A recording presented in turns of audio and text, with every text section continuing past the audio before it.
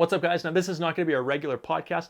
If you watch our footballers, our main channel, you know that we did a video about how to prep a football to turn it from this to this. And with that, we worked with Dan and Emily over at Gridiron Football Prep to help us make that video happen. Well, Dan and Emily had a ton of tips for us that we frankly could not talk about in that condensed version. So we created an entire interview all around that. So if you want the in-depth version about how to prep a football for yourself and everything we talked about with them, that's going to be following right now.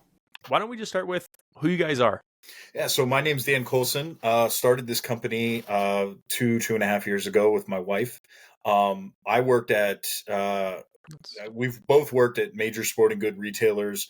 I worked at Wilson Sporting Goods for about a decade, and really headed up the football division there, football product. My wife's worked at pretty much every major shoe retailer there is, and have really come to have a great understanding of not only material science, but how, products should perform on field.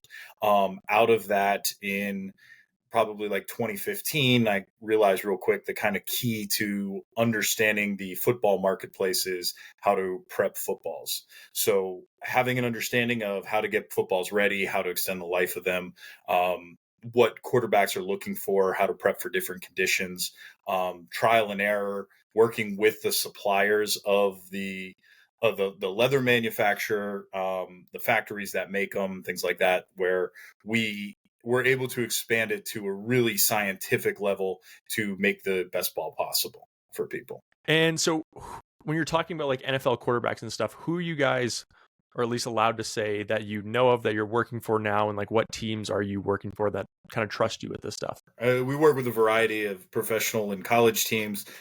College teams specifically are ones that we work with on a real intricate basis. The Ohio States, Notre Dame's, Missouri, Penn State, Maryland, Rutgers of the world. A lot of different schools all over the country. Oregon's one that's one of my favorites as well. So chances are, if there's balls being thrown on a Saturday or Sunday, one of the teams' footballs come from our basement. How many NFL teams do you work with, and how many footballs on average do you do per team per year? So NFL teams, there's about 10 teams we work with, 6 we're prepping for full time. Each team, NFL teams vary, right? It depends on their climate, what their quarterbacks prefer. So we'll do anything from 150 to 500 footballs a year, quite honestly. Colleges, probably around 100 a year per team. Do you have any influence as far as like you work with, say, for example, Ohio State, and their quarterbacks, we won't name names, is now on the Texans? Does that influence as far as like, because we know with certain equipment, their guys want their stuff. They're used to it. They were Nike in college, they're used to Nike, and then they just sign with Nike. Do you have that same thing where you end up like following these guys through as they're kind of used to you and your process? So really what we want to do, and specifically at a place like Ohio State, like we want to make sure those guys are successful at all levels and beyond. So I will work with equipment staffs if they want to do it in-house, and kind of train them through as far as what I did. And then they have their own twists on things. They've been doing it a long time. They do a great job. So if they want to do it in-house, like I'm just there to help support and make them as successful as possible. And that's what we do. And a lot of these guys, like we kind of learn from one another. We'll share different things and make sure that the ball on field is what's best for that quarterback. So I do try to work hand in hand and see where I can help in any possible way. So we understand that you are definitely an expert in the space. Now, knowing that, what we did is we kind of sat down, you kind of walked me through before all this to try to, learn a little bit and stuff. So I had a baseline. But then what I did is I went on my own and I searched up, how to prep footballs. What do I do? I watched some random TikToks about it. I watched some, Instagram stuff. And then I went to YouTube, and then I watched 2 videos by Sports Dissected, which was a pretty good one on the University of Houston. And then another one, I think it was made by Wilson. It was by Wilson. But they were very conflicting information, and I wasn't quite sure, what to go off of. As far as, me having zero experience in this space, it was pretty tricky to find out what to do and how long this process like actually takes from kind of start to finish. When I kind of went into it, I thought it'd be an afternoon, a couple hours here, a couple hours there, and it grew really fast. So I guess we could start with watching the video now that you've seen how I did in my first ball, and I'm actually quite happy with it. I don't know what I'm feeling for. I don't know the differences of what I should feel and what I shouldn't feel. but I can see that the color is completely different. I screwed up the laces. The laces are gross and dirty, and I tried to undo it and I couldn't. But it feels different enough where I feel like I did something right. But what do you think with how I did? Obviously, just from looking at it, not seeing it, it looks great, right? I think people get hung up on the look so much. It's really the feel and what do you want out of it? Do you want it tackier? Do you want it softer? Do you want a combination of the two? Do you want like the moisture management? If you're in a high humidity area, how does that going to feel? You mentioned the Houston video; those guys do an amazing job down there, making sure because obviously it's 100 degrees most of their season and guys are sweating all over the ball. So moisture management is a huge factor in what they do. So based off of some of the look of that ball, right, and where you are, it's probably, turns out once you're able to throw it around and play with it, like it's really the grade of what you give it as you kind of wear it in a little bit. Yeah, honestly, like I'm quite happy with it. And I wasn't really knowing before. The whole time when I was doing it, I was like, I don't really understand what I'm doing. Somehow these steps kind of lead up and make it so at the end it's done. But I've never actually felt a prepped football before to know. And as soon as I finished it, it was like, I get it. Like I can visibly feel and know the difference. And color is obviously one thing, and it's completely different. But the feel of it is just wildly different as far as how much your hand is able to grip it and everything that goes into that. So Now, a general thing that you can kind of do just as far as test, like is it good, is it not, right? If you're just doing a pass fail test, which there's obviously layers to it. One is, you kind of lick your fingers and get a little moisture on it, right? Simulate sweat and whatnot. And if you're able to grab that prep part of the ball, does it almost feel like it adheres to the ball? Does it have a little bit of tack versus the side that's not? That's an easy way to kind of grade yourself. The other thing is residue. yeah, When you feel one side of the ball, whether it's if your hand is moist or if it's completely dry, if you feel the side of the ball that's not prepped, you're going to kind of have your hand on it and there's going to be a little bit of that manufacturing residue on it. That's just the wax that comes with the tandem tack of the leather.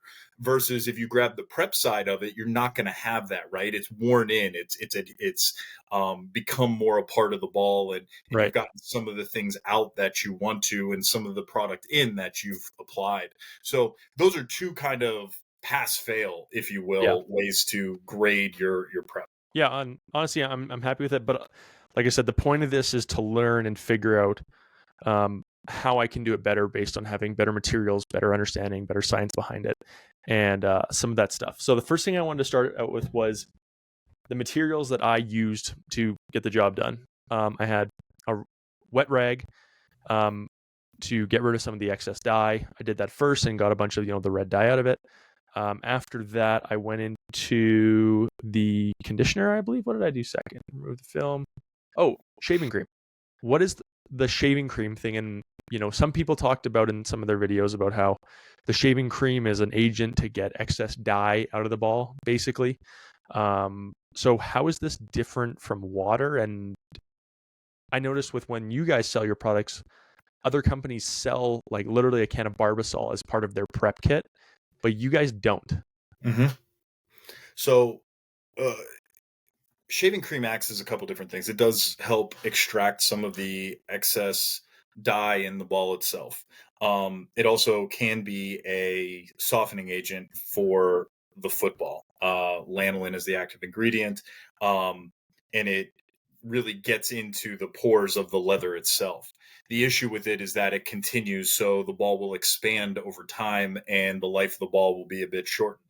Shaving cream also can dry the football out, especially if you're not using it with any moisture. So if you are to use shaving cream, I would recommend using it with aloe. If, especially if you're in an area where it is extremely, there's a lot of moisture in the air and it's humid and everything, because it's just going to, it's going to dry the ball out. But nonetheless, we found ways kind of around it to help use softening agents and using our mud and things like that that help extract some of those dyes and things like that and add softening agents without using shaving cream that we find to be a little more efficient. Really, if you think about it, if you're wiping a ball down with a wet rag or applying shaving cream, you're drying the ball out a little bit. conditioner, then you're applying things. So you're drying the ball out only to recondition it, which is a bit counterintuitive. And we try to make those steps as efficient as possible as you go through the steps of prepping a football. And then, so do you recommend, even from your guys' perspective, say if you're skipping the shaving cream, are you still doing the first step with like water, just trying to pull out any of that excess dye? No, no. What we try to do is actually brush it into the football itself. Okay. There's a common misconception. Well, you had mentioned some of the videos you've seen earlier, right? And I always say, like, consider the source, right? The two that you had mentioned are very good. Like I said, I know the Houston guys; they're awesome. And in any manufacturing video, right, they obviously have a unique knowledge of the footballs themselves. But there's a common misconception where they say get the manufacturing or get the waterproof off the football, right? There is no waterproof or anything. What you see on the ball itself is the tanned tack that has dried a little bit over time, whether it's sitting in a warehouse, whether it's sitting on the shelf or something. It comes to the surface. So it has a little bit of that ashy look. And most people think it's like waterproofing, which is just a common misconception out there. It's actually the tanned tack. So what we say is we brush the ball first, right? Okay. Brush it into the leather. And what that does is it helps the tack. It helps the tack go back into the leather, and the dye is all on top now. So then when you're actually doing the prep process, right? When you put the conditioner on the ball, when you do mud, you're going to see that dye naturally come out that is not necessarily needed. If you wipe the ball out, you're drying the ball a little bit, drying out the ball, which can have short-term positive effects, but in the long term, the drier the ball, the more slick a ball can be. Right. Okay. So basically, there's the first two steps I did kind of had no purpose, considering that what is being accomplished by them can be dealt with later without the drying of it out and stuff. Correct. The next thing I wanted to ask about was the brush. So I had a random KiwiCo brush that I use for my shoes and stuff, and I kind of liked this. Even I was looking at your guys' brush, and I liked, mine it's just a little bigger in the hand, and I was like, I have it, I might as well try it.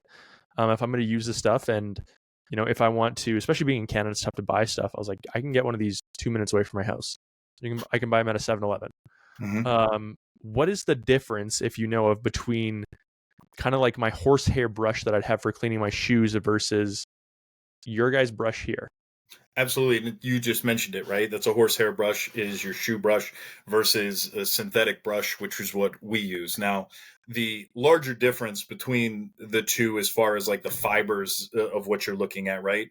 Ours is a little more finer. So it's going to get in between that pebble and the nubs of the ball itself, right? Get in those peaks and valleys to help, when you're brushing in the mud versus, the horsehair brush is probably a little more delicate, right? Yeah. So, and there's positives and negatives with both, right? The horsehair brush may take you a little bit longer, but you could probably get a little more shine on the ball because you're actually buffing it a little bit more. But again, when you're doing hundreds of footballs a week, you want to be as efficient and positive as possible with each football. So you don't necessarily have the time to spend 4 hours brushing a football. Right. You had mentioned the handles on the ball, which is really a personal preference, right? If they have, average size hands, large hands, smaller hands, Yep. wider hands, that really is the preference of it. There's a bunch of different brushes out there. Anyone who says that they're a football brush is probably positive. You would hope, and you probably would, that they would have tested on the leather. The thing that I see and I run into sometimes with folks that have questions is like tub brushes, toilet brushes, things like that. Yeah. You get down to you're getting abrasive with the leather. You're going to scratch Right. logos. You're going to scratch leather, and that's not what you want. Hey, that mud's going to come off real easy, but you're going to run into some problems because now you're scratching the leather. So I would just recommend staying away from anything like that. But really, your shoe brushes are always positive, but that's going to take a little bit longer. There's 3 or 4 football brushes in the marketplace that are all relatively positive. Ours, again, we did finer bristles on ours to help get in between. It's maybe not the most stiff brush that's out there, but it is, probably middle of the road when it comes to what's available in the marketplace. But it definitely, the bristles are a little bit thinner, and we found it to be very positive in our work. Right. Okay. And yeah, that was the one thing that was very tempting was when I was doing it, trying to get the mud off with my brush was time consuming and tricky, and you could see I even tried once just to be tempted just with a little bit of mud, and it like clearly worked better to get it off faster, but I stuck true to what I was trying to accomplish here. And yeah, it did take a while. And there's a little bit of a tip for that. I mean, you can go back, for a couple of years, really since we've started.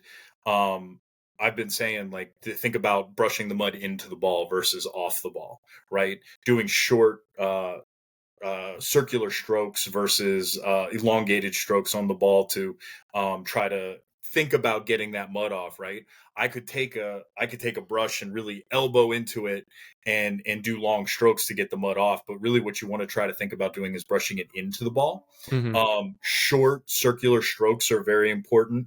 Each panel that is stamped is kind of a different angle of the hide. When they have a hide that's laid out, they're going to try to get the best yield on it, right? So some are cut north and south, some are cut east and west, some are cut at angles, right? When Mhm. you discuss actually stamping the panel. So not every panel has the same grain of leather on it. So by doing a circular motion, what you're doing is you're kind of zeroing in on creating all angles to brush. Right. When you get really good, after some time of practice, what you'll do is when you start doing circle brush, you'll start to realize which way the grain is, and that's which way you want to be brushing. And then you can brush at that angle throughout the whole, and then really get an even brush throughout the entire panel. Okay, that makes sense. Get way too Um, deep on panels of lead.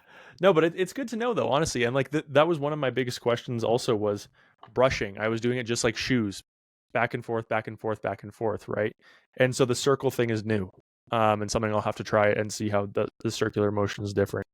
Um, Now, as far as what I had to do to, if you do have too much mud or excess mud, to get it off, I used more water and a damp rag, and I wiped some of the mud off before I started to try and like brush it in. Should you ever have to remove the mud at all like that, or should you only be brushing it off? And if it takes you longer, it takes you longer. Typically, you really just want to brush it. Yeah. Again, over time and with practice, you'll kind of figure out what the application looks like, right? Mhm. Um, for me, I take a ball and I'll rub it in with my hand, and then kind of like, you kind of get a feel. You don't want to obviously scrape it off, but you want to Yeah. kind of make it even. So you take that back of your hand and just kind of lightly, graze the top of it to make sure that the mud is even throughout. Yeah. Um, Typically, just as a rule of thumb, a thicker layer of mud is going to make your ball a little bit darker, but it is going to be very difficult to get that mud off of the ball. Right. I would always say, though, you brush it. Again, that comes with like the circular motion, right? If you want to do a circular motion throughout the ball itself, get off some of the too much mud that's on there, go inside, really brush it into the ball itself. Again, that comes with kind of a feel over time. Right. Okay. Now, as far as your products, the one that I use and I'll use again is going to be the mud. The stuff smells awful. It's New And Jersey. so is that so? Where does, because I think I referenced in the video, I think I said I thought it was from like Mississippi or something. Where does this stuff come from? It comes from New Jersey. It is delta mud where the ocean mixes with the river. Yeah. That is extracted, and then we mix some products in with it that we find to be very positive to create the mud that we sell. Oh. But with the mud itself, right? Like, because it's extracted, because it's a natural product, because we're mixing things with it. Obviously, when you get the mud, you need to mix it. You need to Yeah. make sure that that product is distributed evenly. We say a thick milkshake-like consistency, so adding a little bit of water because some of that water has evaporated Mhm. probably over time. and making sure that it stays fresh, because obviously any type of product, excuse me, whether it's sealed, it's going to dry out eventually. So ours, I mean, we have jars and jars of it, and we make sure every jar has enough water in it before it ships, and that the mud is as fresh as can be, if you will. Cool. It Yeah. does. So I think I've noticed the consistency's already gotten a little more dry since I did the video. So I'll add some water back to it. Now, as far as applying it goes, is there anything specific you're trying to do, or is it literally just slap it on, even coat, and call it good? Yeah, I mean, we use gloves, obviously, Yeah. and rub it into the ball itself. I say I use the back of my hand. We want to make sure that it's spread evenly throughout, right? You don't want half the ball to be a thicker coat of mud and another to be thinner. You want to try to keep that moisture content consistent as well. That's where the mixing comes in, right? And again, as you get better and better and you practice with prepping a football, that's something that you want to be able to do. Most people, as you see, online, no matter what, applying mud itself, some guys will take a whole gob of it and like stick it on there like it's literally that they're like throwing mud against the wall, right? They Mm, have it on there and then they rub it in. We don't get that aggressive with it. We feel that it really acts as an emulsifier of product, right? It ties everything together, it seeps into the mud itself when it dries. And then, like you said, you're brushing it in. So if you think of it like that, you don't need to apply a huge coat on there. When you apply the coat, right, you should still, when it dries, be able to see some of the logos okay. through the mud. Again, it's not a bad thing if you apply too much. I will say applying too little will create splotchiness and uneven look of the ball itself. That's with any product, right? Right. So you want to be able to apply it as even as possible with moisture content and everything being equal throughout. Walk me through the other products I have here. So we obviously know the brush, we know the mud, Mhm. but there's two things here, and one of them resembles obviously what I already had. So we have a football tack conditioner, which would be kind of the equivalent of mine, or obviously, and then also the leather balm. So what are these?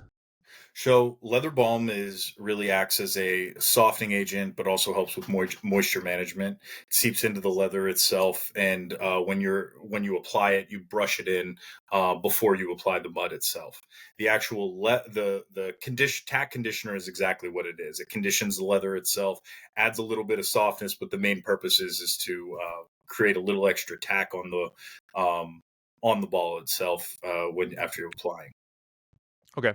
And so, sorry, refresh me here. So what's the order for these three? So in general, what we'll do is we brush the ball, Yep. okay? Apply some conditioner, let that dry, let that seep in again, just to help with you apply it to like a dry rag and wipe it on the ball. That'll Okay. help out some of that dye that we had talked about. Then you take the balm, apply it to the ball itself. The stick of it is probably the easiest way to apply it, but then brush it in. Okay, heat gun it. If you don't Okay. have a heat gun, it's not necessary. A hair dryer will do. Helps seep in. It has properties that allows it to seep into the within the pores of the leather itself. Then the mud is typically after that, after the ball has returned to room temperature. And then do you, after you do the mud, brush off the mud, I think one of the videos said to go back with another thing of conditioner right at the end. Do you do that as well, or no? Yes, typically we do. So that obviously adds a couple different purposes. One is it takes off that little bit of dust that's usually on the ball after brushing that you Okay. probably experienced. Mhm. It adds just that little bit of layer of tack that kind of sits at the end, right, to give it a good feel.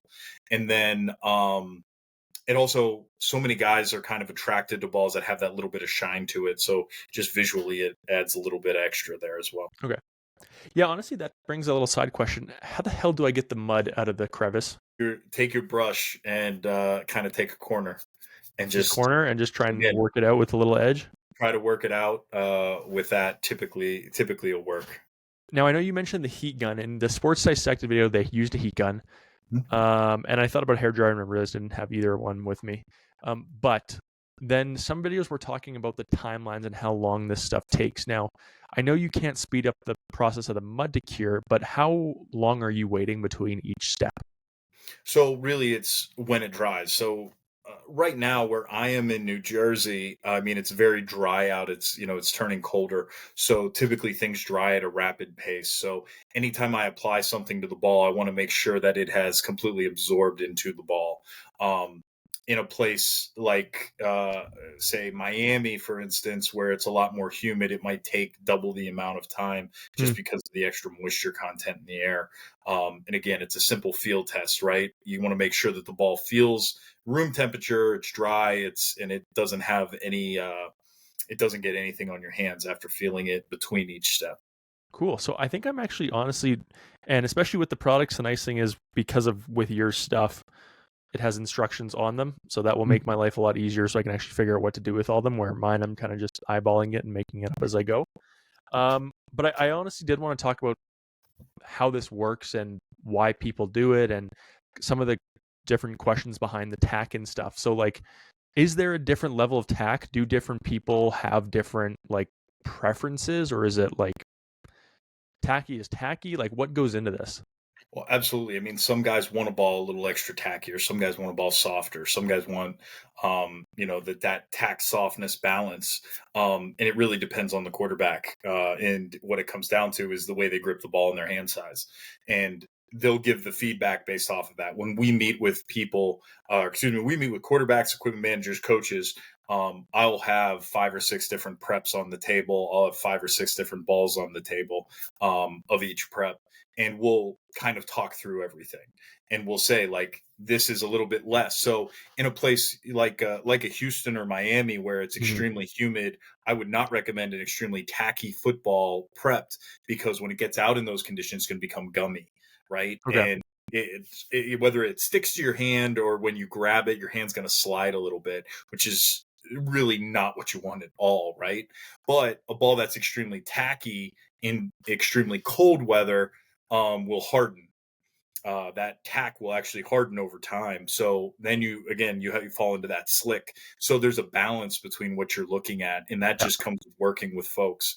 Um, Softness is something that also comes about, and again, that's really the preferences of individuals. In places like those places like Houston and Miami, I like to bring up, because you can, if you have a softer football, it's going to absorb a little bit better and probably be a little more closer to what they're looking for, because there's already so much moisture that they're dealing with.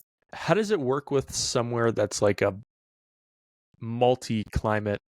Like, so say where I'm from, we have 4 different seasons, very definite seasons. We have rainy, we have very snowy, we have our spring, which is slick and slippery and cold but warm days and stuff. We have a very hot summer, and then our winter is cold, cold. Hmm. The So there's a few different answers to that, quite honestly. You can have different preps. You'll literally have a box of, as you say, cold ball. You'll have wet. You'll Mm, have, call it regular prep. Schools that we work with do this all the time.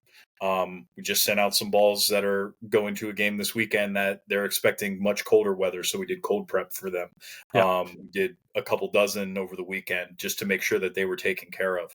Um, so teams will do that. The other way to look at it is picking the right ball for yourself, which I assist teams in doing all the time. Right? What stitches do you want on the football? How is that grip? The laces come into a huge factor, and the type of leather too. The general rule is that a lighter leather is usually less tack and a little bit softer, whereas a darker leather is a little bit harder. You have to break in a little bit more, but has more tack in it. So picking the right ball for you is very important. And so talking about the color as well, some of them, were saying, you want to get a little darker and stuff. Does the color actually, if you walked up to this and saw it, and say if there was some unevenness, like you can see through here, there's some unevenness and stuff. Mhm. Does that really matter? Is that anything? Is that just the grain of the leather? Or can you tell by this whatever striping and stuff that I have on this panel that I did something wrong?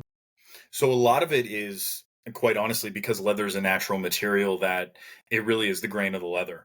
And there's not a lot that you can do with it. You can work in those little bit of areas, and you're gonna have to put a little more effort into them. But leather is a natural material, right? It's cowhide. Yeah. So when you're looking at it, right, cow could have it's a little bit thinner membrane in some parts. There could be scars on the leather itself. So when you look at it, that is something that is just kind of natural, and there's not a lot to be done there, or you're Yeah. gonna have to put a little more effort into those areas. That being said, applying product evenly at the same thickness throughout the actual panel itself, even brushing is going to help with those trouble spots. Yeah, and you can even honestly, like, if you looked back at when I mudded it, I kind of slapped it on, and there was like finger stripes and stuff in from me applying it, and it's almost indicative of what popped out as the final result. It has a very similar stripe pattern. And so I'm Mm-hmm. assuming that's part of where it came from, was kind of different rates of absorption and stuff. What do you do for laces and logos and stuff? Because some videos, again, we're saying, make sure don't get any mud on the logos because it'll darken the logos, or even, especially balls with stripes. Don't get any mud on the stripes, don't get any on the logo, the laces. What do you do for different parts of the ball? Do you not want to get it on certain parts? And specifically the laces, what do you do to make it? Do you keep them a nice bright white? Do you tape these laces off, or do you let it just kind of go like I did and just cover it? I kind of defer to my previous statement, right? It's really based off the quarterback's preference. Okay. There are quarterbacks we work with that are like, I want it to be very visual, right? I want my Yeah. receivers to be able to see the stripes. I want my receivers to see the laces. So there is a time to tape it off. I warn very much, and I see it's kind of a fad going around with some folks of taping stripes and things like that. If you have a painted on stripe, which is a transfer stripe on the ball, putting tape on the ball itself and then taking it off, it can leave a residue. It can also Okay. pull up the stripe itself. So I just caution that it's not Yeah. necessarily a bad thing. Now there are overlay stripes and inlay stripes that if you put that on, it's not as big of a deal. I always I'll mud around the stripes typically, and then brush over them and then clean them off later. If you look Yeah. at this one, I mean, this is one that I did that too. Yeah. Um, and it's pretty white. So Yeah. Okay. again, it works that tack from the ball up through. It helps with that little bit of slickness that comes with a new football. Versus if you tape it and then take it off, then it's still that brand new feeling, and you're Yeah. gonna have to wear it in, which it's almost like you're skipping an area to prep on the football. You want to be able to brush that a little bit. Now, again, Yeah. you want to be able to keep it white. Logos, things like that, are typically easy to clean off at the end. I mud over them, I brush over them, and then I'll take a dry rag and just kind of clean them off at the end. Delicately clean them off, and it comes out pretty clean. There's a good example here of Nike ball that that's exactly the Right. process I did. I mudded the whole thing. You'll see the laces are a little bit dirty, Yeah. but at the end, just taking a dry rag and kind of wiping it in a little bit, it cleans it off pretty cleanly. So yeah, I think So honestly, because I know I'm going to be a little messy, I might try on this side taping off the laces just to sure. see what happens and kind of how it's different. And I do think it'd be a nice visual representation of like if these ones were dirty and these ones were clean, even if this leather is darker, just sort of to remind me of kind of how this went. Now the one thing I was thinking, Guys, real quick yep. to kind of talk about the laces, there are quarterbacks that will say, I want to make sure that it's prepped in between the laces. Like, guys will specifically say that. Oh, Guys okay. will make sure that all parts of the ball are prepped. And that discoloration, if you do tape it off, is kind of negative to them. Now, Hmm. in a performance standpoint, it's not a high abrasion area. It's obviously you're gripping there, Yeah. but it's more of a mental thing. And you'll see guys on fields on Saturdays and Sundays that you can tell the laces are bright because they taped them off. Yeah. Again, there's not a good or bad way to do it. It's just a personal preference. And that's part of the conversation I have with teams to say, how do you like your laces? Mm-hmm. I want to ask about going backward with what I did to this ball. Say, for example, if, when we leave here today, I want to redo, obviously I'm going to do this side to make it look better. Is there any way to actually go back, do anything, or is what it is at this point? Can you go backwards at all with these? There's ways to, if you wanted to take things off of, and again, you're starting over, so it is challenging, right? Yeah. Doing alcohol and kind of wiping the ball clean is one way to do it, but you're really going to start at a difficult place. Right. Um, Typically, if guys want to reapply some product, that's a good way to kind of do that. But quite honestly, after you prep a football, almost the best way to do it is a little bit of conditioner and brushing.